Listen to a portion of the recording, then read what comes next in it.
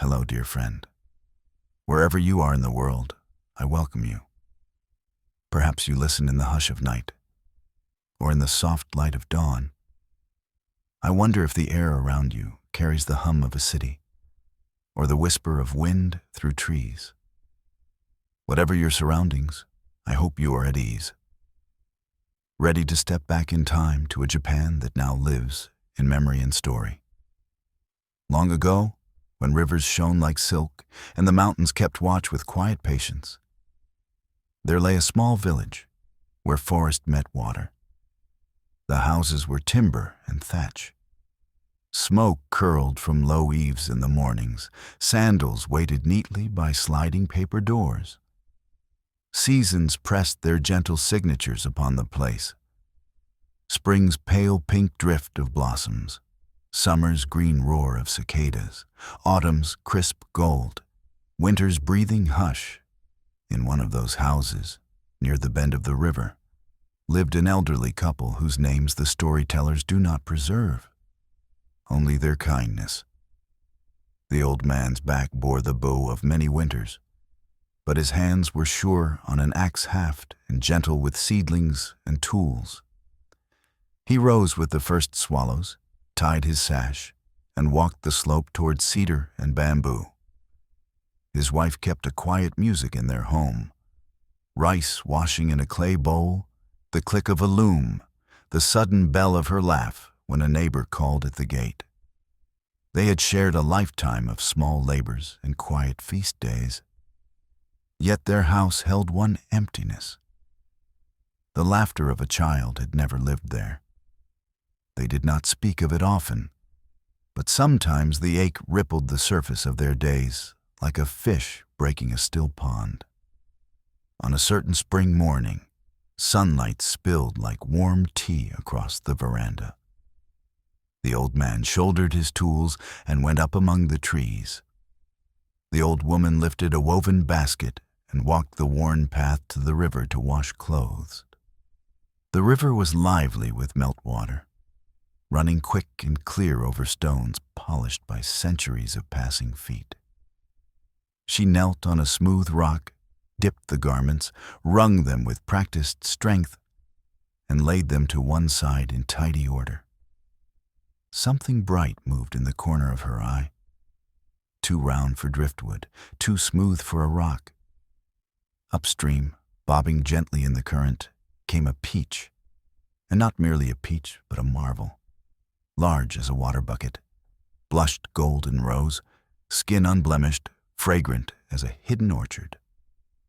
Laughing at her own astonishment, she waited to meet it, the cold water lapping her calves.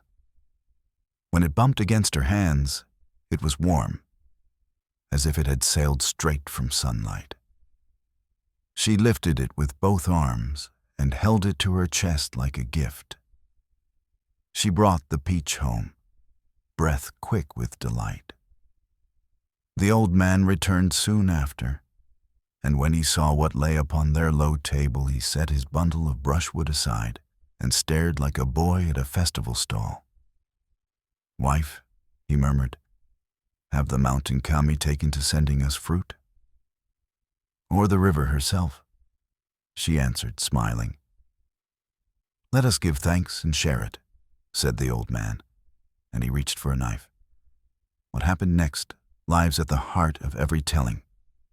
As the blade touched the velvet skin, they heard it, a sound not of fruit or metal, but of a voice, small and clear, like water through reeds. They looked at one another, not breathing. The old man steadied his hand and gently widened the cut. Light spilled out, white and warm, bright enough to paint their faces, soft enough not to hurt the eyes. From that light, a baby boy emerged, blinking at them, his tiny hands opening and closing as if greeting the world. He was as sturdy as a sapling and as calm as a curled cat. The old woman gathered him to her, tears bright in her tired eyes. The old man's lips trembled into a grin he had forgotten he owned. "A child," she whispered.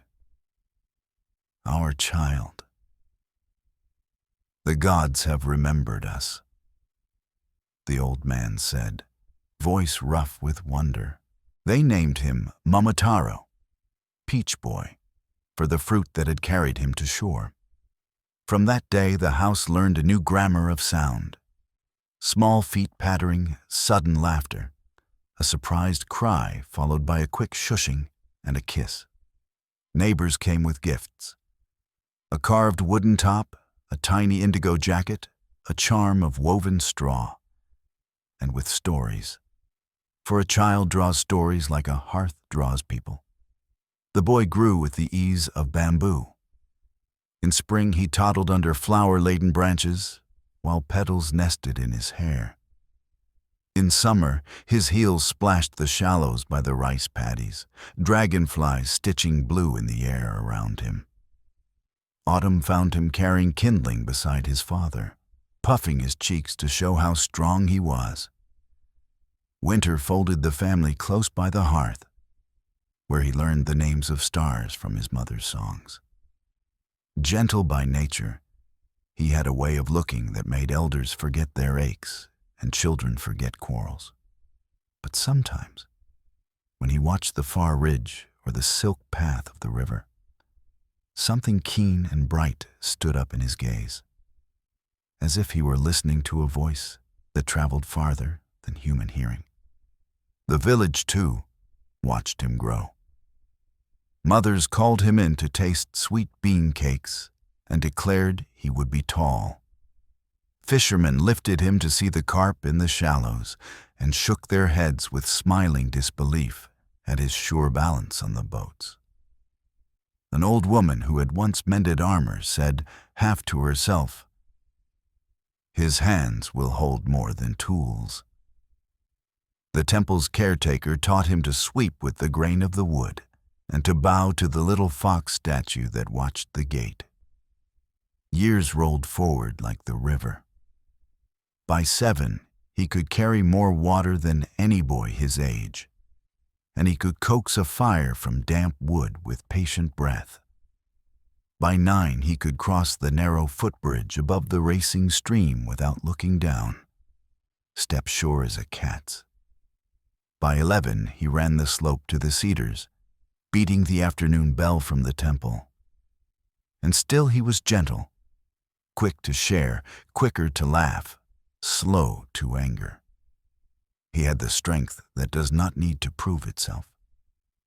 One evening, when the sky held the last ash blue of day and the first pricks of stars, Momotaro sat with the old man on the veranda. The axe leaned against the post. The old woman's humming came and went from the kitchen like a moth. "Grandfather," said Momotaro, for so he called the old man in affection, "how far does the river go?" The old man followed the water with his eyes. "Farther than I have ever walked, to the sea." "And beyond the sea?" "Other lands," the old man said softly. "Other stories." Momotaro nodded as if he had merely needed to hear the words out loud. Not long after, talk began to drift up the valley like smoke. First a rumor, then a tale with names and dates, then a fear with teeth. Boats raided along the coast, nets cut, storehouses forced, sometimes people taken. Fishermen home late with hollow eyes spoke of shapes like men but not men, huge and horned, laughing as they took what they pleased. The word Oni walked the village lanes. At the shrine, incense burned longer. At doors, mothers held their children a moment tighter before they ran to play. Momotaro listened. He did not pound his chest or vow aloud to strike down evil. He went about his chores, bringing water and splitting wood. But the bright, keen look stood up in his gaze more often now. And sometimes at night, he stepped outside to sit beneath the old ginkgo at the gate, counting breaths with the stars. One afternoon by the river, he lifted a bucket that would have creaked the back of most men. And the village headman, passing by, stopped in surprise. "Boy," he said, Be careful with the gifts the gods gave you. Strength can break what it means to help. Momotaro set down the water and bowed. Yes, headman, he said. Strength must be gentle. The headman smiled. Good. Remember that when the world invites you to forget. The invitation to forget arrived soon enough. A trader came to the village with a boatload of fabric and news. The Oni were not content with small raids. They had made a stronghold on an island of black rock. They took not just food but pride, not just goods but the stories of those they robbed, leaving silence behind them. Some said the provincial lord was gathering men. Others said the lord had troubles of his own. Stories carry a way of making action seem someone else's affair. That night, Momotaro slept little. He lay under the roof he knew, between the breaths of the people he loved, and listened to the small sounds of their house, the shift of a beam, the sigh of wind against paper. He felt fear enter him, as clean as cold river water. Then he felt it change, not into anger, but into attention. By dawn, a decision had settled in him, like a stone in still water. He spoke to his parents after the morning meal, when cups were washed and the day not yet begun in earnest. I want to go to the island, he said, voice even. The old woman's hands stilled on the drying cloth. The old man's eyes went first to her face, then to the boy's. Why? Asked the old man, though he knew the shape of the answer. Because the river carried me here for more than our happiness, said Momotaro. Because the stories say that what is taken must be restored. Because I am not alone. They heard not pride, but clarity. The old woman sat, and her shoulders shook once, the body remembering all the years it had not expected to hold a child's goodbye. Then she lifted her face, and there was a steadiness there that Momotaro would carry with him all his days. If you are to go, she said, you will not go hungry. She steamed millet and barley and shaped kibidango, dumplings meant for long roads, firm enough to travel, soft enough to share. The old man went to the woods and returned with a length of oak, whose grain lay faithful as a path in a field. He smoothed it with patient hands, wrapped the grip in cloth, and set the staff across his knees like a prayer while he worked. Toward evening, neighbors came, drawn by that current of news that needs no messenger. Some brought salt for luck, some a charm to wear at the belt, some just their presence, the old gift between people who cannot walk the same road. On the last night they sat together on the veranda and said very little. Sometimes love is a silence that holds all the words. The ginkgo leaves whispered secrets down the lane. A fox called once from the far edge of the fields. The old man told a story about being young, about getting lost beyond the cedar grove, and finding his way by listening for the river. Momotaro leaned his head against the post and thought. The river, always the river. Morning broke like a clean blade. Mist lay in the hollows.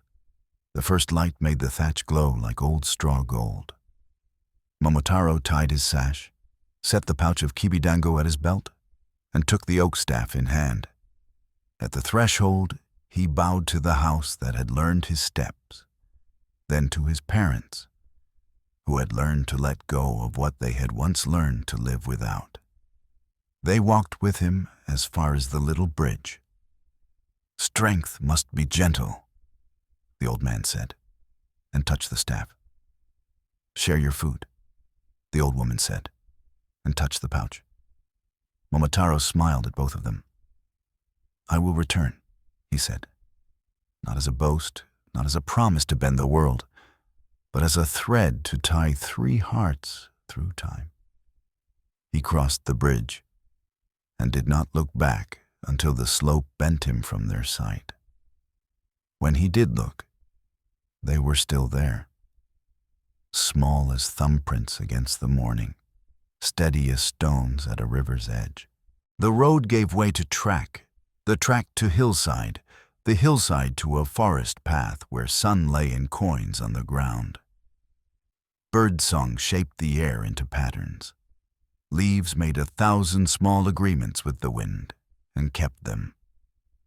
Momotaro kept walking. He ate when hunger nudged rather than when habit called, drank where water sang clear, and slept where the land seemed to say yes. At a mound under pines, he spent the first night alone. He felt fear come and sit across from him like an old friend with a hard face. They looked at one another. "I see you," he said. And fear, satisfied, moved its chair a little farther from the fire. On the second day, he met a dog on the road, a rangy creature with dusk-gray coat and eyes the color of wet bark.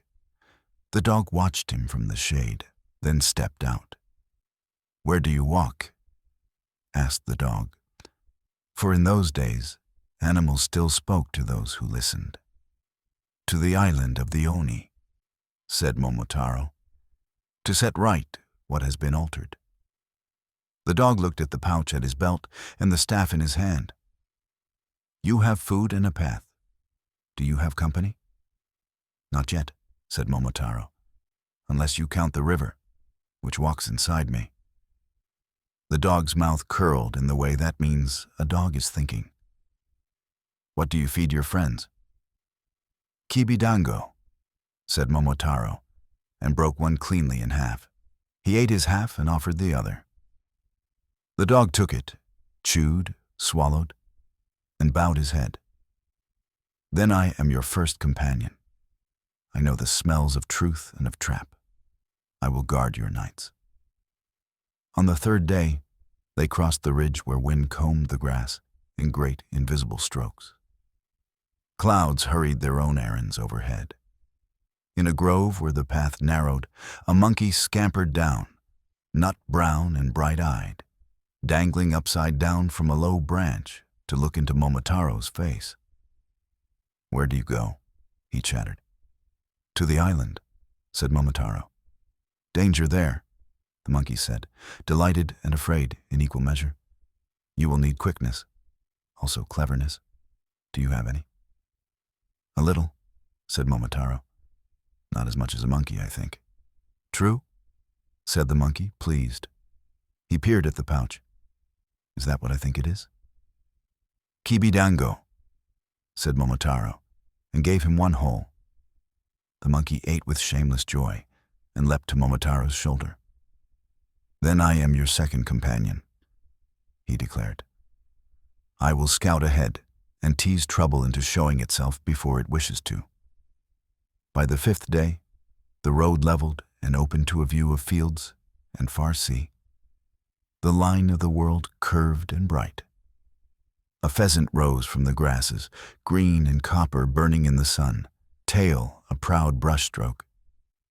He circled them once, twice, settled on a fence post, and tilted his head. "I have watched you walk 3 valleys," he said. "Your steps are steady. Your eyes do not fight the wind. Why do you go toward the water?" "There is an island that needs to remember what it means to be an island," said Momotaro. "Ah," said the pheasant. He looked at the dog's scars and the monkey's restless hands. He looked at the pouch at the boy's belt. "You feed your friends?" "Yes," said Momotaro, and offered him a dumpling. The pheasant took it delicately, swallowed, and lifted his wings. "Then I am your third companion. I will read the ground from the sky and carry warnings faster than feet can run." So they came 4 to the coast, a boy with a staff, a dog with watchful eyes, a monkey with quick hands, and a pheasant with the horizon in his feathers. They found a village whose boats were old but still remembered the sea. When the headman saw the small company and heard their purpose, he frowned the cautious frown of one who has seen courage drowned by currents. "The crossing is not kind," he said, "and the island is less kind than the water." "Still," said Momotaro, "we must go." The headman sighed and led them to a boat broad in beam and low in draft, patched many times and mended well. "Bring her back if you can," he said. "If you cannot, bring back yourselves." They pushed off at dawn when the tide leaned outward, and the gulls had not yet decided their arguments. The dog stood at the bow, the monkey kept low amidships, the pheasant took the wind, and Momotaro found the rhythm that matched the sea's slow breathing. The day opened, and with it the space inside each of them where courage stands not as a shout, but as a steady candle. The sea tested them, as seas do. It tugged and turned, lifted and lowered, offered white teeth and green, cold hands. Once a wave came aboard like a thief. The dog spread his stance, the monkey bailed, the pheasant cried warning, and Momotaro trimmed the stroke to calm the boat. They worked as one, no panic, only motion, and the little craft shook the water from her like a wet dog and carried on. By afternoon, the island showed its back like a breaker, black rock, broken teeth of cliff, low towers hunched against the wind. Closer, and there was the stake line in the shallows, bleached timber with scraps of red cloth snapping like tongues. Beyond it, watchtowers squatted on outer rocks. The pheasant dipped low and returned. "2 sentries," he said, "spears and a horn." "We pass where the sea is loudest," Momotaro answered softly. "Let the water keep our secret." They waited for the waves to smash white upon the teeth of stone, and in that spray they slid by, shadow in shadow. No horn sounded, only the endless voice of the shore.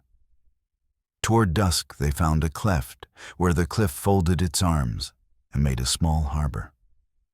They hauled the boat into weed and shadow, covered her with net, and climbed the broken goat path, salt in their throats and iron in the wind.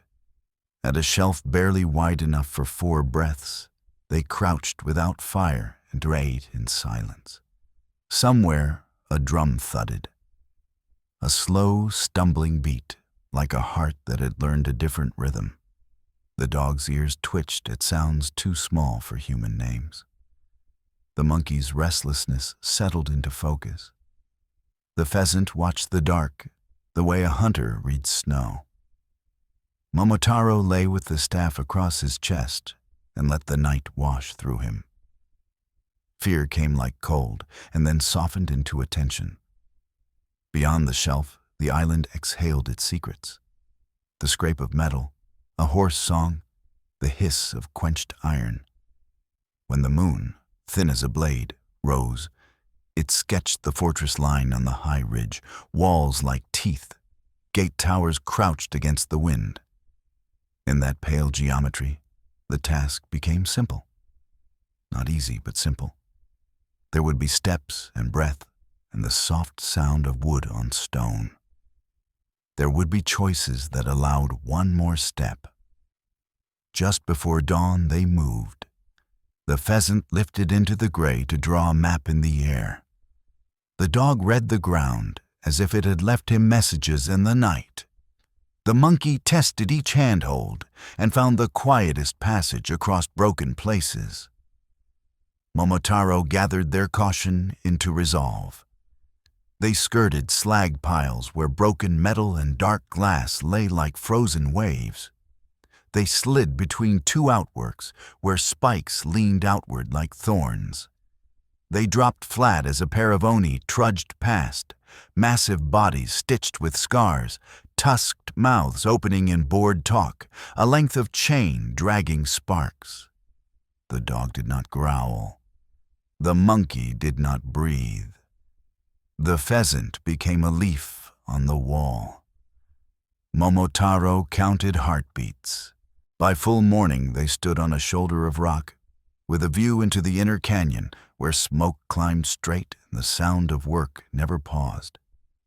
There, the fortress proper. A gate bound in iron, a long hall roofed with black tile. Small huts scattered like thrown dice. And there, to the right, a storeyard where crates lay beneath woven mats, a hoard of taken things. A clear anger rose in Momotaro and went very still. "There," he whispered. "That is why we are here." They withdrew to a notch where the wind carried their words away and shaped a plan that fit the island's breath. The pheasant to take the sky and draw the watch toward the far ridge. The monkey to slip the outer knots of the gate rope. The dog to hold the narrow of the path if anyone came too soon. Momotaro to move only when a knot came free and the gate swung wrong for those who held it. They waited for the hour when sunlight fell flat on stone and shadows turned thin. The time when eyes deceive themselves. Then they moved, each to a place they seemed always to have been meant for. On the edge of the storeyard, with one hand on a frayed rope and the other on the old staff. Momotaro drew a long breath and let it out. He felt the island's pulse and his own become one. The gate creaked. Somewhere above, a sentry laughed at a joke already forgotten. The moment had come. The road curved away from the little bridge where Momotaro had parted from his parents. Morning light pooled in the hollows of the land, thin mist trailing its fingers along the paddy banks. Every step felt both light and heavy. Light because the earth welcomed his feet, heavy because the weight of his parents' gazes still pressed between his shoulder blades. The oak staff balanced in his right hand with the steadiness of a friend. The pouch of kibidango rested at his hip, bumping softly against his thigh with each step, a small reminder of his mother's love wrapped in food. He told himself that each dumpling was not merely sustenance, but also memory. One for each season, one for each smile she had given him since he was born from the peach. The air smelled of damp earth, of the river still speaking to its banks, of blossoms that had not yet decided whether to fall. He breathed deeply, not to calm himself, but to anchor himself. Behind him lay the house that had shaped his childhood. Ahead lay uncertainty, wide as the horizon. As the path wound into fields, the first voices of morning rose around him. Farmers calling to oxen, sparrows stitching quick songs into the air, children laughing on their way to fetch water. Some villagers lifted their heads to watch him pass. They did not speak, but their eyes carried both worry and hope.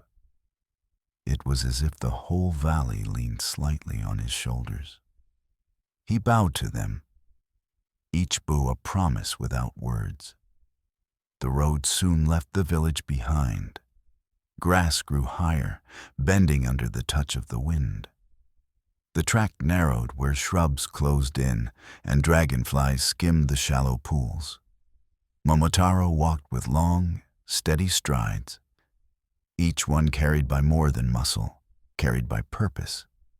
He thought of the oni as he walked, not the vague shapes of stories, but the details he had heard. Tusks like ivory, eyes glowing in torchlight, laughter as cruel as broken glass. His heart did not race at the thought. Instead, it settled into the calm that comes when a path is clear. What is taken must be restored. He murmured to himself, a phrase that had become a kind of prayer. By midday, the sun leaned high, and he stopped beneath a persimmon tree whose young leaves shone like coins. He drank from his gourd and ate half a dumpling, chewing slowly, tasting both grain and memory. Birds shifted overhead, restless in the heat. He leaned his staff beside him and let silence spread, long enough to hear his own breath and the distant rustle of water. That night, he camped at the edge of the forest. He gathered fallen wood, struck sparks from flint, and coaxed a flame to life. The fire's voice was small but steady, a companion of warmth. He roasted a handful of chestnuts and shared them with the air, as though unseen spirits might sit across from him. When fear came, and it always came, he did not push it away. He let it sit nearby like a stern companion. He told himself, "I see you. Walk with me, but do not leave me." Fear settled, and the night passed. On the second morning, mist lay thick as wool between the trunks. The forest breathed damp and shadow, the path winding like thought itself. It was there that he heard a low growl. From the underbrush stepped a dog, coat gray as dusk, ribs showing, but eyes bright.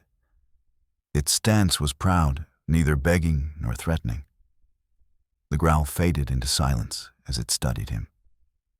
Momotaro lowered his staff, though he did not drop his guard. "Where do you walk, friend?" the dog asked, voice low and rough, as if shaped by gravel. "To the island of the Oni," Momotaro replied, steady.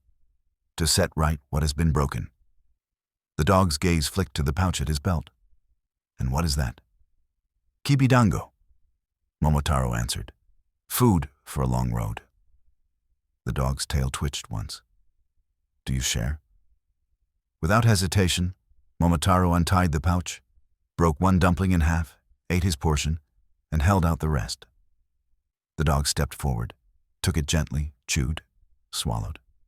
Then he bowed his head. "Then I am yours.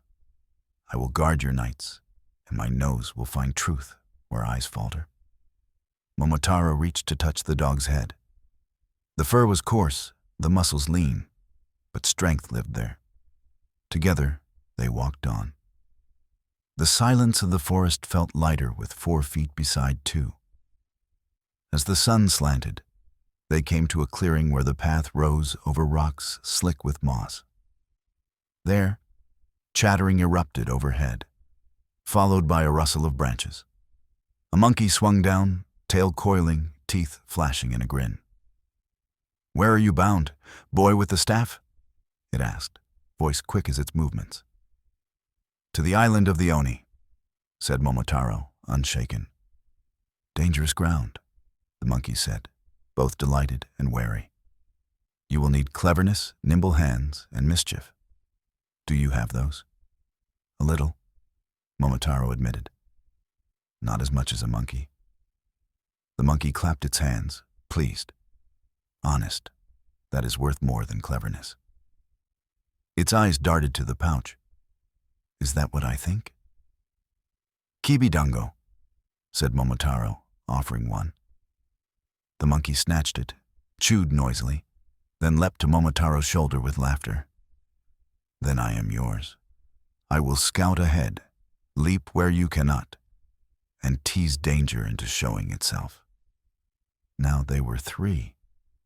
The dog walked solidly at his side, the monkey perched with restless energy, and Momotaro felt the road itself seem to widen, as though it welcomed the company. The hills opened wide after the forest. Grass bent under the hand of the wind, making waves that rolled to the horizon. Clouds drifted swiftly above, their shadows racing the land. Momotaro and his companions walked with steady pace. The boy with his staff, the dog with ears alert, and the monkey leaping from stone to stone, sometimes racing ahead, sometimes circling back with impatient laughter. For the first time since leaving home, the horizon broadened enough for them to sense the sea. A faint tang of salt teased the air. Somewhere far off, gulls called, their voices carried like threads of silver. The dog sniffed, tail low, as though catching the memory of tides. It was then that a sudden burst of color lifted from the tall reeds. Green shimmering into bronze, a long, proud tail streaming like a banner. A pheasant soared upward, wings carving arcs against the sky before settling on a crooked fence post. His eyes, sharp and golden, studied the travelers. "I have watched you cross 3 valleys," said the pheasant. His voice was clear, carrying the authority of one who belongs to both earth and air. "Your steps are steady. Your eyes do not fight the wind. Where do you go?" "To an island that has forgotten what it means to belong to the world," said Momotaro, lifting his gaze without flinching. The pheasant tilted his head. "And who are these that walk with you?" "My companions," Momotaro said. "The dog, who will guard us with his loyalty and nose. The monkey, who will scout and unsettle danger before it settles on us. And I, who will hold our path steady." The pheasant's gaze fell to the pouch at Momotaro's belt. "And what do you feed such loyalty with?" Momotaro smiled, untied the pouch, and offered a dumpling. The pheasant took it delicately, swallowed, and spread his wings. "Then I am yours. I will read the earth from the sky, and my cry will reach you faster than your feet can run. I am the eye of distance, the wing of warning." The monkey cheered, clapping his hands. The dog wagged his tail once, solemn as a vow. Momotaro bowed, and so they became 4: boy, dog, monkey, pheasant, a company shaped not by blood, but by choice. Together they walked on, the land sloping steadily downward. Streams began to run toward a single unseen basin. The soil grew sandy, reeds taller. Salt grew stronger in the wind. Each night they camped closer to the voice of the sea, and each night its roar grew louder in their dreams. One evening they reached a hilltop where the world broke open. Below stretched the endless shimmer of the ocean, vast and restless, catching the dying sun in plates of copper and fire. The monkey gasped. The dog stood silent, tail still. The pheasant wheeled high, crying once, a call that seemed both triumph and challenge. Momotaro's heart tightened. He had known the river's voice, but here was its end. Here was its vast elder, the sea, waiting. They descended to a fishing village crouched on the shore. Nets hung like sleeping wings from posts. Boats rested, their hulls scarred by salt and storm. Faces turned as the 4 approached.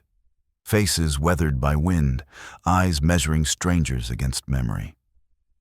The headman stepped forward, his back bent, but his gaze clear.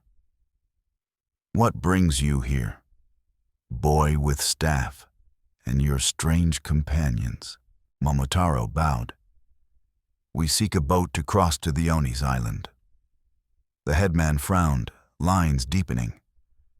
"Many have spoken of it. Few dare approach. The sea is cruel, the island crueler still. Why walk toward such shadow?"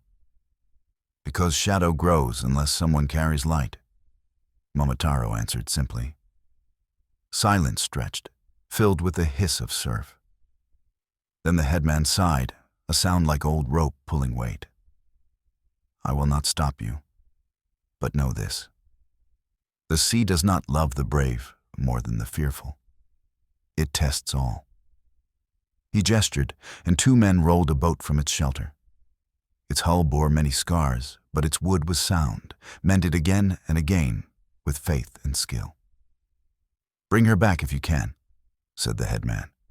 "If not, bring back yourselves." That night they slept in the shelter of nets. The villagers brought them rice, fish grilled over coals, and warm water scented with herbs. The dog ate quickly, grateful but never greedy. The monkey chattered until the children laughed, forgetting for a moment their fear of Oni. The pheasant perched high, eyes glowing in moonlight, watching the horizon where dark clouds lay. Momotaro lay awake, hand on his staff, listening to the sea's endless voice. It was not a lullaby. It was a summons. At dawn, when gulls cried and the tide leaned outward, they pushed off. The dog braced at the bow, the monkey kept low, the pheasant lifted into the rising wind, and Momotaro found the rhythm of oars that matched the sea's breath. The shore slipped behind them. The horizon opened, vast and waiting. The boat rocked gently at first, like a cradle in the arms of the tide. Morning light spread across the waves in golden scales, and gulls followed for a time, crying their harsh blessing before wheeling back to land. Momotaro's hands tightened on the oars. He felt the pull of the water, the resistance of something vaster than himself. Yet his strokes fell in rhythm with it, neither defying nor surrendering. The dog stood tall at the bow, ears pricked forward, eyes narrowing at the horizon. Every shift of the swell ran through his stance. He adjusted with a soldier's balance. Once he barked low, not fear, but warning, and Momotaro eased the oars to match the roll of an incoming swell. The boat climbed, crested, and slid down into the trough, shedding spray like a wet beast shaking its mane. The monkey crouched amidships, restless, always in motion. His nimble hands checked the ropes again and again, tightening knots, adjusting the balance of the gear. When spray leapt over the gunwale, he bailed with a wooden bowl, teeth bared in laughter as salt water stung his eyes. "The sea plays rough," he shouted, and his voice, though high, carried courage. Above, the pheasant rode the currents of air. His wings caught the early thermals, lifting him high. And from that height, he called down, "Current shifting east, rocks rise like teeth ahead." His cry guided Momotaro, who bent his course a handspan to starboard, steering clear of hidden dangers. As the sun rose higher, the sea grew less kind. The swells lengthened into broad shoulders of water, lifting the boat until the horizon tilted like a bowl, then dropping it into valleys of green shadow. The oars strained, the timbers groaned, but the four worked as one body. Dog bracing, monkey bailing, pheasant crying warnings, Momotaro steady at the oars. No panic, only motion.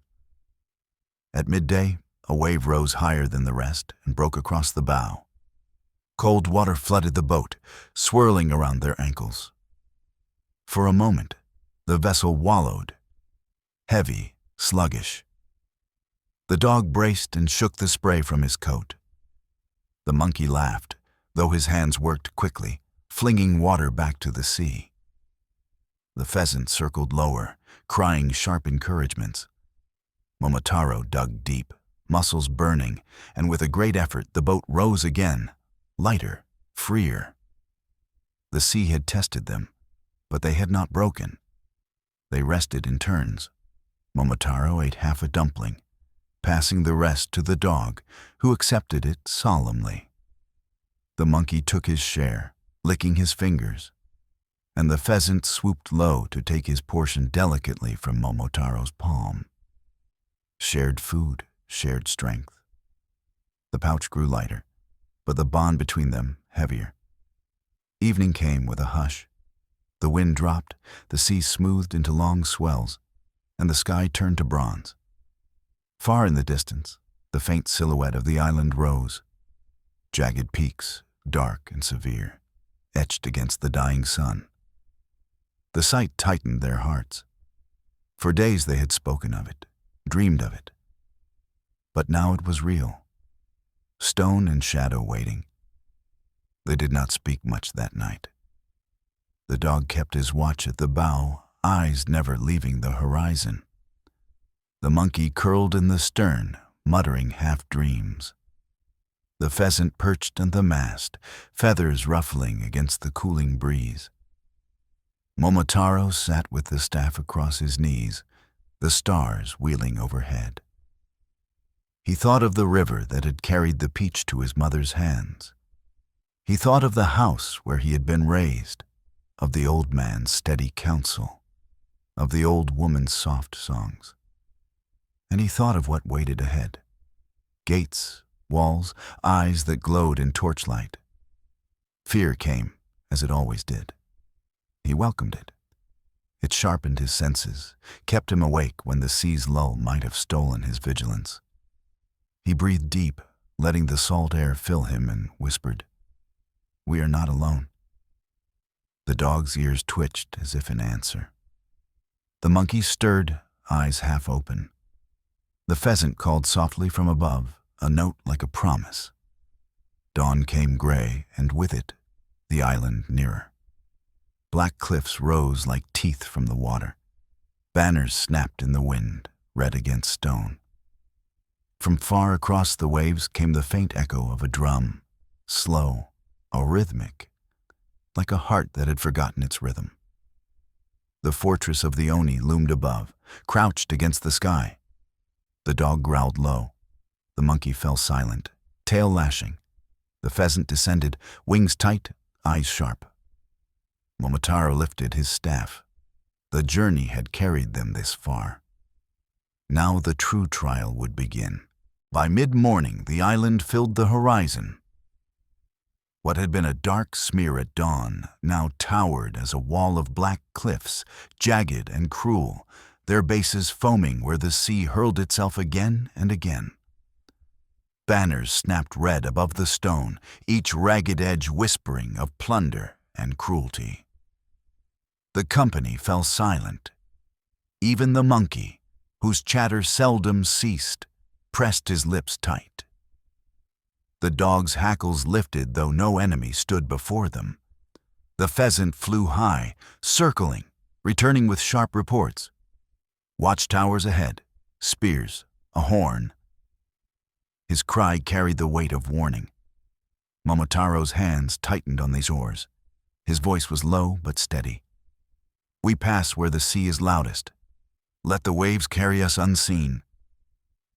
They waited until the swell broke white upon the rocks, spray rising like banners of foam. Then Momotaro pulled hard. The boat surged forward in shadow and roar. The dog crouched low, eyes fixed. The monkey flattened against the planks, tail still for once. The pheasant skimmed close to the tower's lee, wings whispering like ghosts. On the tower, an Onai guard shifted. His tusked mouth opened in a yawn. The horn at his side swung idly. Wind tore at his hair, salt spray blinded his eyes. He looked once to the sea but saw only chaos. Foam, gulls, the endless toss of water. He did not see the small boat slip past beneath the tower's shadow. Minutes stretched like hours. Then they were beyond the stake line, tucked into the fold of a cliff where the sea beat itself into lace. Momotaro shipped the oars. The four held their breath. Only when silence returned did they exhale together. Relief a single, shared current. The cliffs loomed. Searching carefully, they found a narrow cleft where water pooled calm as a hidden harbor. They guided the boat inside, dragged her onto stones, and covered her with nets and weed until she vanished into shadow. "She will wait," said Momotaro. The dog sniffed, satisfied. Above them a goat path climbed, narrow and broken, switchbacking into dark. Salt stung their throats, iron tainted the wind. Somewhere a chain clanked. Somewhere else a harsh laugh rose and died. The island exhaled menace with every breath. "From here," whispered the pheasant, "the ground is not our friend." Still, they climbed. The path tilted under loose rock, then tilted again, slick with spray. Twice the monkey's quick hands saved them from falling stones. Twice the dog's steady weight kept Momotaro firm when the ledge narrowed to the width of a palm. Above them, gulls screamed as if warning. At last they reached a shelf of rock, a shallow overhang just wide enough for 4 bodies to crouch. They huddled there as dusk thickened. No fire, no comfort. 2 dumplings broken into 4 pieces. Water from the gourd passed hand to hand. Far off, a drum began to thud. Slow, arrhythmic, like a heart that had learned a darker rhythm. Smoke drifted on the wind, smelling of iron and burnt meat. The monkey's usual mischief dulled. The dog's ears twitched constantly. The pheasant stared into darkness, eyes glowing faintly. Momotaro lay with the staff across his chest. Fear came as cold, but he let it soften into attention. He listened to the scrape of metal, the hoarse song, the hiss of quenched iron. This is no tale, he thought. This is the world as it is. And we are here because we must be. When the moon rose, thin as a blade, its light sketched the fortress line on the high ridge, walls like broken teeth, gate towers hunched low. In that geometry, the task became simple, though not easy. Steps, breath, choices, each one allowing the next. They slept little. At first light, the pheasant took to the air, mapping the least watched traverse. The dog read scents left in soil and stone. The monkey tested handholds, marking the quietest passages. Momotaro followed last, gathering their caution into resolve. They skirted a slag heap of broken iron and glass, frozen like black waves. They crept through a gap where spikes jutted outward like thorns. Twice they flattened as Oni patrols passed, huge bodies stitched with scars, tusks catching the light, chains dragging sparks. The dog held his breath, the monkey became stone, the pheasant a leaf on the wall. Momotaro counted heartbeats until the danger passed. At full morning, they reached a shoulder of rock overlooking the inner canyon. Smoke rose steady. Hammering rang out, relentless. Below sprawled the fortress, a gate bound with iron, a hall roofed in black tile, smaller huts scattered like dice. To the right lay a storeyard stacked with crates beneath woven mats, treasures taken from countless villages. Momotaro felt anger rise and go still. He pointed. There. That is why we are here. They withdrew from the ledge into a hollow carved by centuries of wind. There, the 4 crouched, breath shallow, while the island murmured around them. The sea below hissed against the cliffs, eternal and indifferent. Above, smoke drifted from forges that never slept. The Oni fortress seemed to breathe, its rhythm set by hammers, drums, and distant roars. Momotaro sat with his staff across his knees. The dog lay close, head on his paws, but eyes awake. The monkey shifted restlessly, tail curling and uncurling. The pheasant perched just within the hollow's mouth, feathers gleaming faintly in the moonlight. They had eaten the last of that day's ration, 2 dumplings divided 4 ways. Hunger lingered, but did not weaken them. It sharpened their focus. The boy's hand rested on the pouch, now light enough that the cloth sagged. He thought of his mother's hands pressing each dumpling into shape, her quiet prayer woven into every grain. These will be enough, he told himself. They must be. Silence stretched. Then the dog spoke, voice low, steady as a growl, half tamed. We are close, the ground tells me. The air tastes of iron and smoke. Tomorrow they will scent us if we do not act tonight. The monkey bared his teeth, not in anger, but in nervous mirth. Then let us strike before they know. Quick, quiet, clever. We slip ropes, we open gates, we dance circles until the Oni stumble into each other. He mimed a tumble, rolling in the dust. And for a heartbeat, Even the dog's lips twitched in something close to amusement. The pheasant shook his wings once, then folded them tight. I will take the sky. My cry will draw their eyes where I wish them. If you move in shadow while I fly in light, their horns will blow too late. Momotaro listened, weighing their words.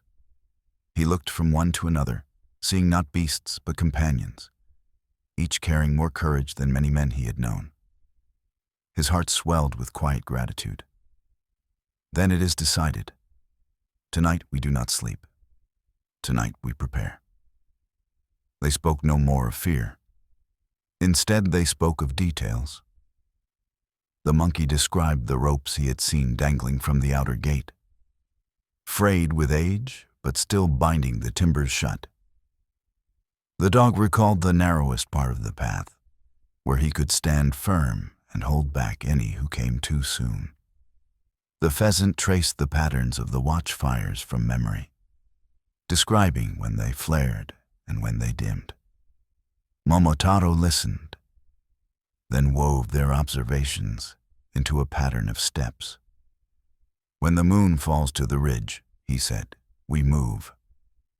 Pheasant draws their eyes to the far slope. Monkey frees the ropes.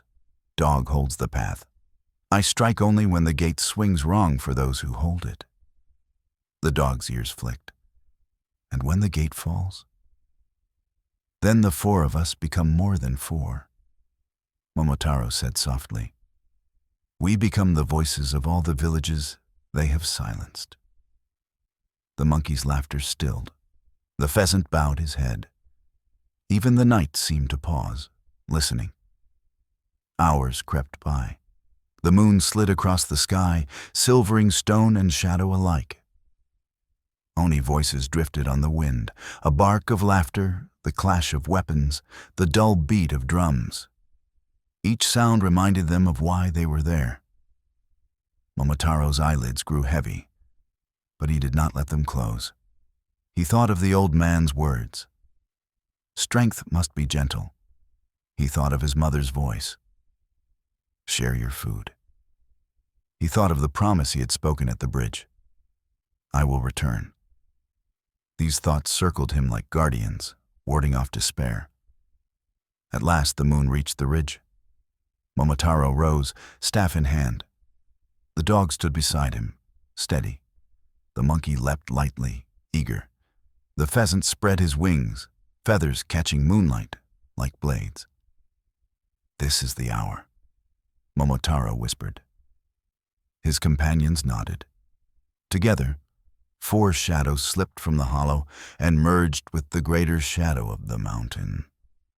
The fortress waited, blind for now, but soon to awaken. The sea stretched wide and endless, but now its face had changed. It no longer rolled in playful swells that lifted the little boat like a cradle. Now it rose in slow, heavy breaths, the kind that made timbers groan and hearts tighten. Every few minutes, the prow dipped into a trough so deep that the horizon vanished, and the boat seemed swallowed by water alone. Then, with aching slowness, it climbed again. The island revealed once more. Closer each time, jagged cliffs etched against a gray sky. Momotaro rode with steady rhythm. His arms burned, but he did not waver.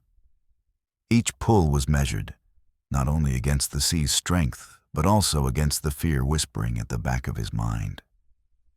The dog crouched at the bow, silent sentinel, ears stiff against the wind. The monkey sat low, his restless hands clutching the gunnels, eyes darting between sky and sea. Above, the pheasant circled tirelessly, feathers catching the dim light, his cries sharp whenever he spotted hidden rocks or treacherous currents. By late morning, the water grew shallower near the cliffs, and the sea changed its song again. It no longer breathed in great swells, but hissed and snapped, waves colliding against stone, sending up fountains of white spray. The cliffs towered, black and broken, rising like the teeth of some ancient beast. And upon those teeth stood the first signs of the Oni's vigilance. A stake line of bleached timbers jutting from the shallows like bones of drowned trees. Strips of red cloth snapped from them, whipping in the wind like tongues of warning. Beyond the stake line rose two watchtowers, crude but menacing. They hunched on the outer rocks, lashed with rope and timber, crowned with spiked roofs. Dark figures moved upon them. Oni sentries, hulking shapes with broad shoulders, horns curving from their brows, eyes faintly glimmering even in daylight. One leaned on a heavy spear. Another carried a curved horn of bone at his hip. The pheasant dropped low, gliding close to the water before perching briefly on the stern. His voice was taut. Two sentries, spears ready. One carries a horn. If he blows it, the whole island will stir. The monkey's tail lashed nervously. We should slip beneath their eyes, quick as shadows. The dog growled low, his hackles raised. Or strike them before they strike us. Momotaro kept his gaze steady, studying the sea. He spoke softly, but his tone was final. We pass where the sea is loudest. The waves will swallow the sound of their horn. The wind will carry it away. We need not fight before the battle truly begins. They drifted, waiting.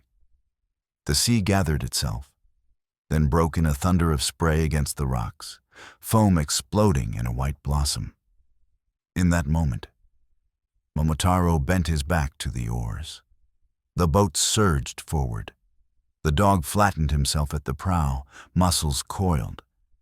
The monkey pressed low against the planks, breath held. The pheasant skimmed close to the cliff, wings whispering. The tower above shuddered in the gust. The Oni sentry squinted, eyes stinging with spray. He saw only chaos. Seagulls bursting from the rocks, foam leaping, waves tearing at the timber stakes. He yawned, leaned on his spear, and never noticed the small boat sliding past beneath his watch. Minutes crawled. Then they were beyond the stake line, tucked into a fold of cliff where water pooled in calmer rhythm. Momotaro let the oars rest. All four listened.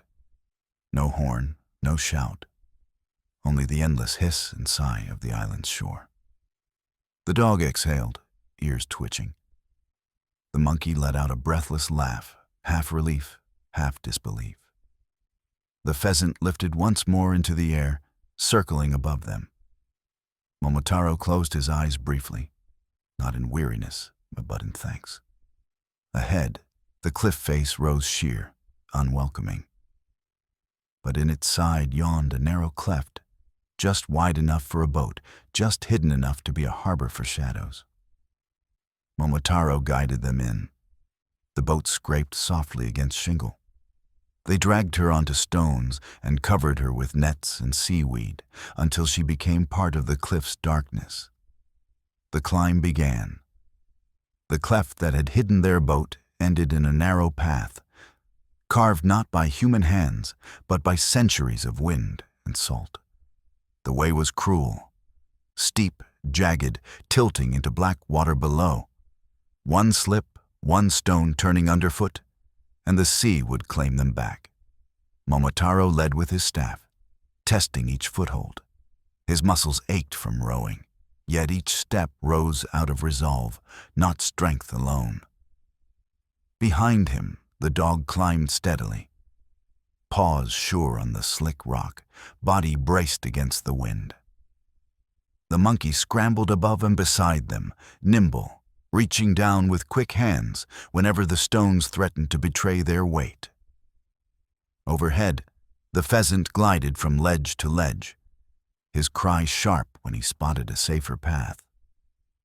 The climb was slow, breath by breath, heartbeat by heartbeat. The roar of the sea grew distant, replaced by the hiss of wind against stone. Twice rocks gave way under Momotaro's sandals, but the dog steadied him, muscles taut as rope. Twice the monkey slipped, but Momotaro's staff and the dog's shoulder saved him from falling. Each mistake became a lesson. Each rescue bound them tighter. At last, they reached a shelf cut into the cliff, a shallow overhang, barely wide enough for four. They pressed together, hearts hammering. The wind howled, carrying scents of smoke, iron, and something acrid that stung the back of the throat. From far above came the dull beat of drums, uneven, like a heart twisted by cruelty. They lit no fire. The night grew heavy around them. Each took a piece of dumpling, chewed in silence, swallowed without pleasure. Hunger faded, but not unease. The monkey whispered first, his voice stripped of mischief. "I hear chains." The dog's ears twitched. "I hear footsteps, too heavy for men." The pheasant, eyes bright in the moonlight, whispered, "I see torches moving along the ridge." Momotaro gripped his staff tighter. Fear came, but he did not turn from it. He let it settle inside him like cold water in a jar. Then he spoke softly. "Fear keeps us awake. Fear sharpens the eyes. We are not broken by it. We are tempered." The others listened. Even the monkey stilled. Even the dog's growl softened. Even the pheasant bowed his head. It was a city of grids, a place where the streets ran like poems, where the palace lay to the north, and the sun rose always in respect to the emperor. In Nara, the court grew silent and scholarly. Nobles wore robes dyed with indigo and plum. Monks walked through markets with bowls and bells. Paper was made from mulberry and bark. Ink was pressed like incense, and words began to flow. Japan wrote itself into being. Before this time, stories lived in song and memory. But now the scholars, quiet in their wooden halls, took brushes to parchment. And they wrote two sacred books: the Kojiki, Records of Ancient Matters; the Nihon Shoki, Chronicles of Japan. In them, the world began again. Izanagi and Izanami, Amaterasu and the cave, Jimmu and the dawn of empire. Myth became memory. Memory became identity. But the greatest presence in Nara was not a king, not even a god. It was a statue. The Emperor Shomu, a man of vision and reverence, wanted to unify the people not just by rule, but by awe. He ordered the creation of Todaiji, a temple like no other, and inside it, a great Buddha. Forged from bronze, polished with sacred oils, over 15 meters tall, the Daibutsu rose above the heads of all who entered. Its eyes were not cold. They wept for all. Its hands did not command. They opened in peace. And people came, from all corners, to see, to kneel, to feel that even in a world of power, compassion still reigned. The court of perfume and ink, the Heian period. The capital moved once more. From Nara, crowded with monks and whispers, to a new city, grander, more graceful. Heian-kyo, the capital of peace and tranquility. We know it today as Kyoto. The emperors of this time did not rule by decree alone. They ruled through refinement. They wore robes layered in 12 silks. They spoke in poetry more than command. Their gardens were raked like music. Their letters were folded like secrets. At the center of court, life was not battle, but beauty. Perfume competitions, moon viewing parties, waka poetry whispered by lantern light. Love affairs begun and ended in folded paper. It was here, among ink and petals, that a woman wrote something eternal. Murasaki Shikibu, a lady-in-waiting, a scholar of Chinese and Japanese, a quiet soul who observed everything. She penned a story, not of gods, not of conquest, but of a man, a prince, flawed, elegant, lonely. His name, Genji. The Tale of Genji, the world's first true novel. It flowed not with battle, but with longing. It spoke of the seasons of the heart, of the ache of love that cannot last, of beauty that fades like mist on water. And as Murasaki wrote, other women followed. They kept diaries. They penned observations. They defined the voice of their age.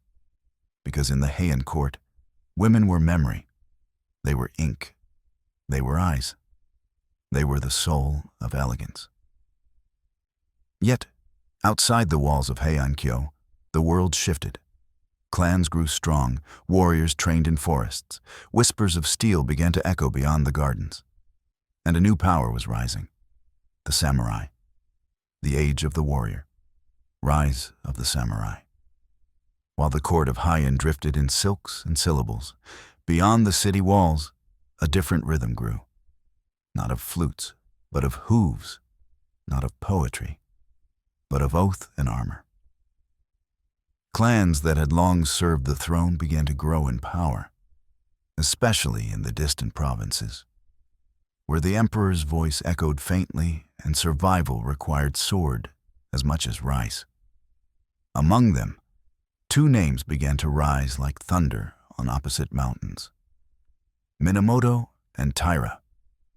They were warriors, yes, but also poets, musicians, priests. For to be samurai was not to be brute, but to live with honor. Bushido, the way of the warrior, was not yet written, but already lived. Then came war, the Genpei War, a storm of blood and betrayal. Taira no Kiyomori, a man of ambition and fire, rose first. He placed his grandson on the throne. He ruled through whispers and threats. But fate stirred in white robes and cold eyes. Minamoto no Yoritomo. He gathered his kin, rallied the eastern provinces, and struck back. The final battle, Dan no Ura, was fought at sea. Bows sang, tides turned, and the child emperor of the Taira, only 7 years old, was lost to the waves. And from the ashes, Yoritomo rose. But he did not claim the throne.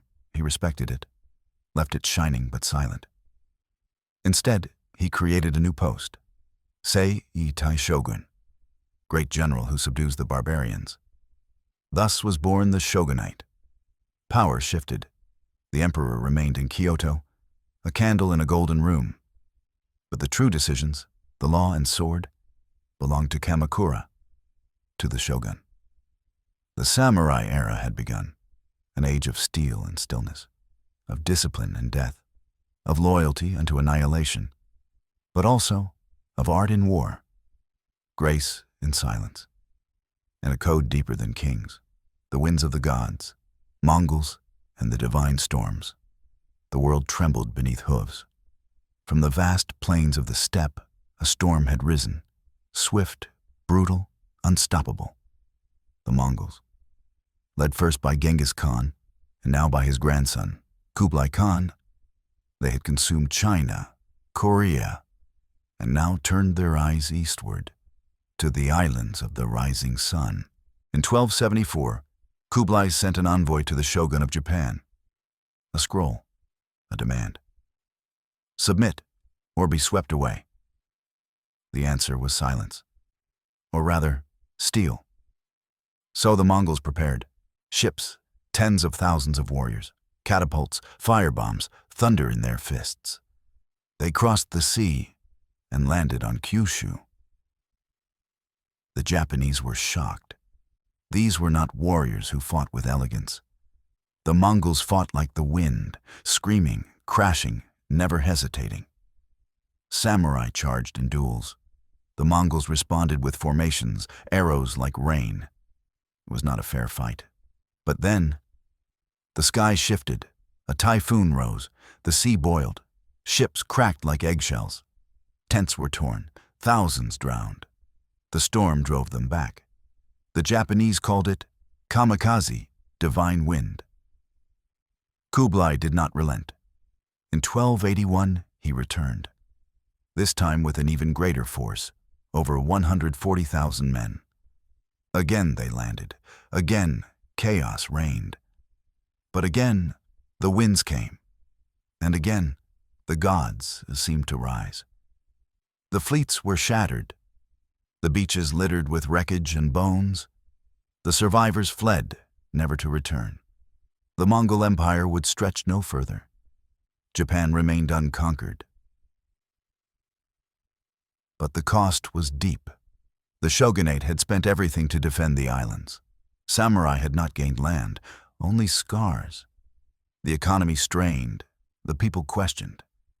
And so began a slow unraveling. Yet in the heart of the storm, a truth endured. Japan was not protected by walls, but by will, and perhaps by something greater. Destiny carried on the wind. The country torn, Sengoku and the Lord of Flame. With no more Mongols to fight, the swords turned inward. The Ashikaga shogunate, weak and tangled in court intrigues, lost its grip. And Japan fell into a century of chaos.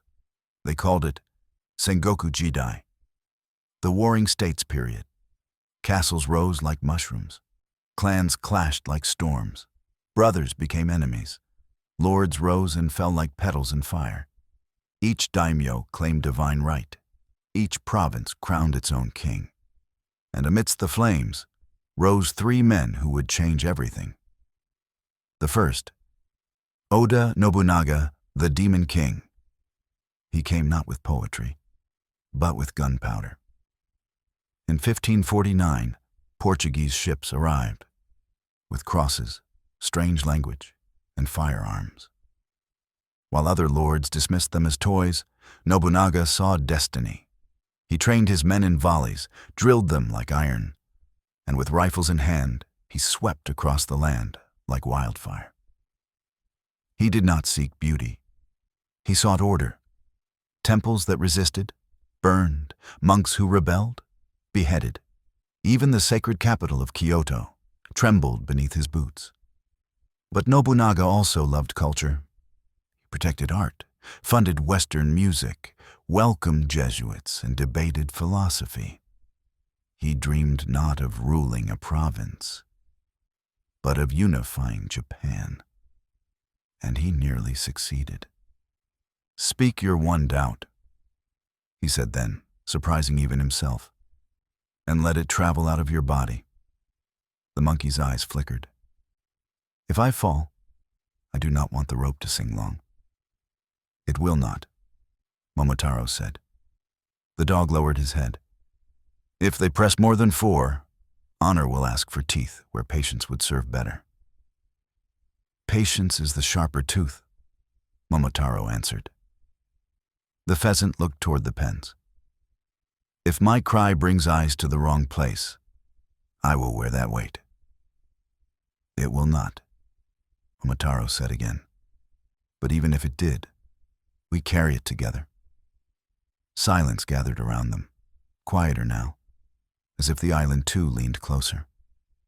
They waited for the hour between hours, when the forge's roar dropped to a purr, when the braziers had not yet been fed, when the shadows thinned to gray thread, and the mind believed the body less visible than it was. In that light, even the Oni grew careless. Just a breath. Just enough. The pheasant slid from the hollow first, a soft spill of color that the rock did not catch. He launched without the sound of a body leaving earth and rose along the cliff's face until he was another piece of cloud. 1 circle, 2, 3. Then he tipped a wing and let out a cry that was not alarm, not challenge, but distance.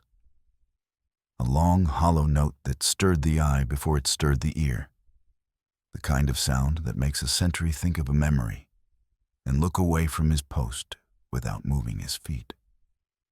Below, 3 heads turned. The brazier's shadows shivered. The guard at the left hinge, bored, itching under armor, shifted his weight to follow the moving sky with his chin. The monkey was already moving. He slid from stone to stone, a blur of brown where brown lived naturally, then vertical in a single breath. The rope loomed, frayed, salt-stiff, the kind that cuts skin. He wrapped it once around his forearm, not twice. Twice makes a noose when you slip. His fingers found the rope's language. Twist over, loop under a knot shaped like the raw heart of a peach pit. He pulled. The first whisper came. Rope against iron. He froze, let a wave of noise from the forge cover it, pulled again in rhythm with a hammer strike. The pin shifted, grudging, then gave in all at once with a sigh, like an old door confessing a lie. On the path, the dog moved into the narrow and set his feet. He did not bare his teeth. He did not growl. He became a fact of the island, a low wall of muscle with eyes that did not flicker. He heard the patrol before he saw it. A lazy cadence, the clink of chain over stone, a joke shared and forgotten. When the first Oni turned the bend, the dog looked him full in the face and did nothing at all. Few creatures are more unnerving than the one that refuses to act as expected. Back.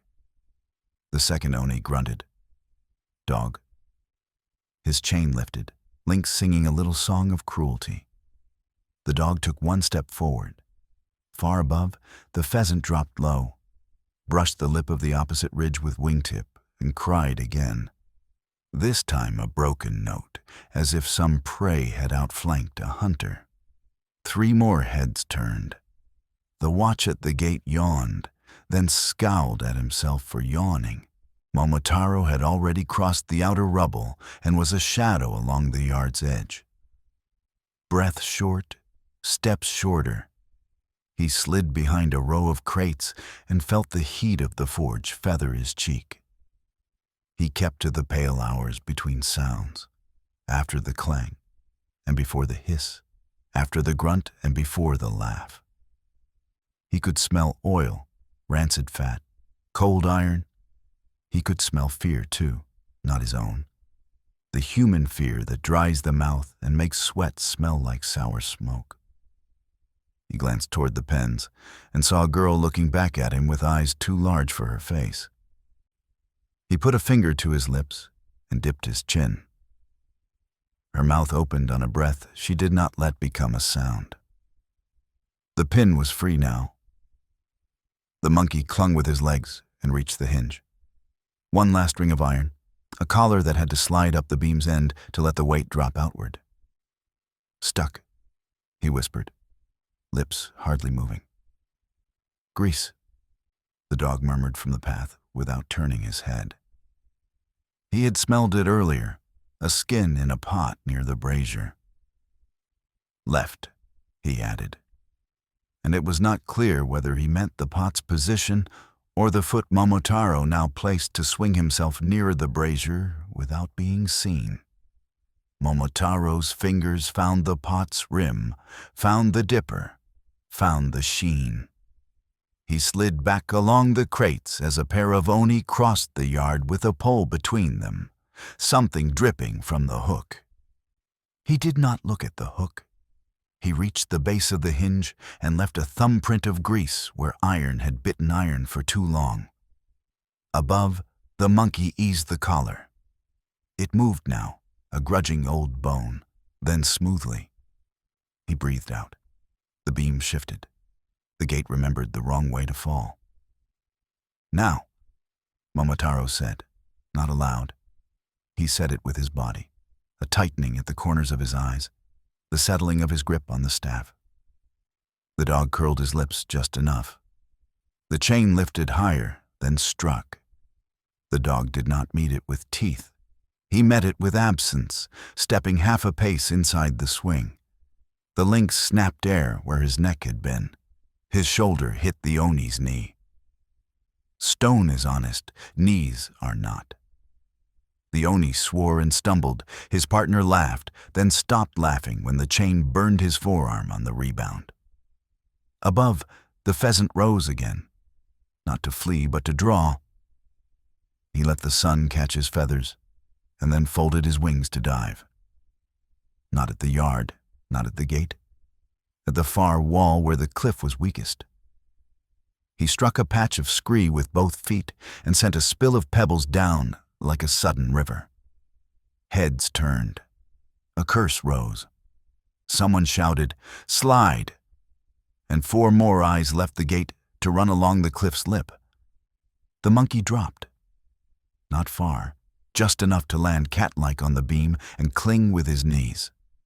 He wrapped the freed rope twice around the sar where it would not slip and held it. The beam creaked, confused, as if asking which story it belonged to. Momotaro stepped out from behind the crates, then, no longer a shadow, but a figure with a staff and eyes that looked where he meant to go. He did not charge. He walked with a pace that said, "I am exactly on time." The first guard at the bar saw him and smiled, the slow, ugly smile of someone offered sport. "Boy," he said, lifting his club. "Gate," Momotaro answered, and planted the ferrule of his staff where the bar met the socket. He pushed as the monkey pulled, not hard, but with the kind of pressure the world mistakes for its own. The collar slid. The beam quivered. And then, as if remembering, fell outward, onion slow, heavy with history. It did not crash. The monkey's rope checked it. For one heartbeat, everything stood still. Beam hanging wrong, gate yawning wrong, Oni faces slack with the wrongness of it. "Now," Momotaro said again, and this time the word had sound. The dog stepped sideways in the narrow so that the falling beam clapped the forearms of the 2 nearest Oni instead of their skulls. They howled, not with death, but with surprise and pain, and stumbled backward into their fellows. The path choked on them. The chains sang again and hit stone. Sparks jumped like frightened fish. The pheasant streaked across the yard, skimming so low that his wingtip kissed the brazier's lip and sent coals skittering. A guard batted at embers that landed on his leggings, and 3 others laughed before they understood there was a hole in their wall. "Keys!" the monkey hissed, already scampering along the beam like a brown streak toward the pens. "Or none."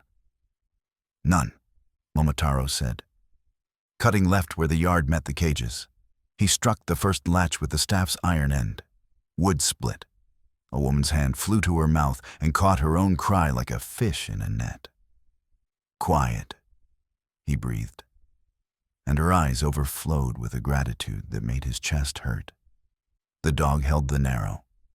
He did not leap. He did not waste. When an Oni pressed into the choke too fast, his paw slid, and the Oni's shin met the stone's edge with a sound that changes a plan. When another tried to cast the chain, the dog was not there. When the chain recoiled, he was. Teeth are last. Balance is first. Behind the first 2, 3 more tried to make themselves smaller and only became less dangerous to each other and not to him. Time folded, time held. Above the gate, the monkey reached the first pen. No keys. A pin through a swollen hole and a dowel twisted into a loop of ridgevine. His fingers knew such arguments. The pin would not budge. The dowel would. He broke it with a twist and a small pop. The door sprang inward like a held breath. "One by one," he whispered into faces that had forgotten how to be faces. "Hold the edge. Do not run until I say." The pheasant rose and wheeled again. "Southeast tower sees you," he called, voice clipped by wind. 2 archers, 1 poor, 1 not. Momotaro did not look up. "Braziers," he said. The monkey understood. He grabbed the nearest brazier's handle and tilted it against its post. Coals hissed into damp ash, smoke blew sideways and thickened. The second brazier he tripped outright. The third he only shaded with its own lid, cracked ajar. The archers' angles narrowed. Their lines of sight became guesses. An arrow clattered at his feet, poor, and another hissed past his ear. Better. He grinned wildly despite himself and did not die. The first prisoners spilled from the pen in a shuffling line. An old man with knees like brittle bamboo. A woman who had learned how to make her breath smaller. Two boys with wrists so thin the rope had not needed to be tied. The dog grunted without turning his head, and they felt the intelligence in the sound and moved left, then right, along the wall exactly as he meant them to. The path was a thread. They did not tangle it. Second pin, the monkey panted, hands already in the second latch. Stuck. Momotaro put his shoulder to the door. It groaned. He leaned not with rage, but with that quiet pressure again, the way water insists and mountains eventually accept. The dowel twisted, something gave. The door shuddered and opened a hand's width. Inside, a child's eyes burned like lamps in a cave. "Come," he said, and realized he was speaking the same word his parents had used when he had taken his first steps. It caught in his throat. He swallowed it and made it steady. "Come." The horn blew then. It sounded less like a warning than like something torn. The note leapt into the sky and shredded itself in the wind. But still it was enough. The yard jerked as if a net had been yanked. Heads whipped. Voices rose, not confused now, but converging. From the far end, 4 oni in armor, thick as millstone, rolled forward as a block, with purpose and without the usual laziness of power. The dog's tail lifted once. "Time," he said. "Time." Momotaro agreed. He looked at the line of prisoners already pressed against the wall, and at the line he needed still to make through the yard. He looked at the gate sagging wrong, and the beam hanging like a half-fallen tree. He looked at the 3 hearts that beat with his. Then he nodded, as if answering a question the island itself had asked. "We finish what we began," he said. "Monkey, 3rd pen only if it opens in one breath. If not, lead this line along the crates to the cleft in the wall. Dog, if they break your narrow, break their feet. Pheasant, make the sky full of bad guesses. I will make the gate forget which way is out." He planted the staff again where wood met iron and pushed. The beam swung a handspan farther. The gate sagged into absurdity. An oni roared at the sight and did the thing anger always does. He shoved. The gate, pleased to obey any order if given loudly enough, heaved inward, into his shins. He bellowed, stumbled, and went down. The 3 behind him tried to stop and succeeded only in climbing him like a hill. For a heartbeat, the yard was all elbows and snarls and the slap of skin on wood.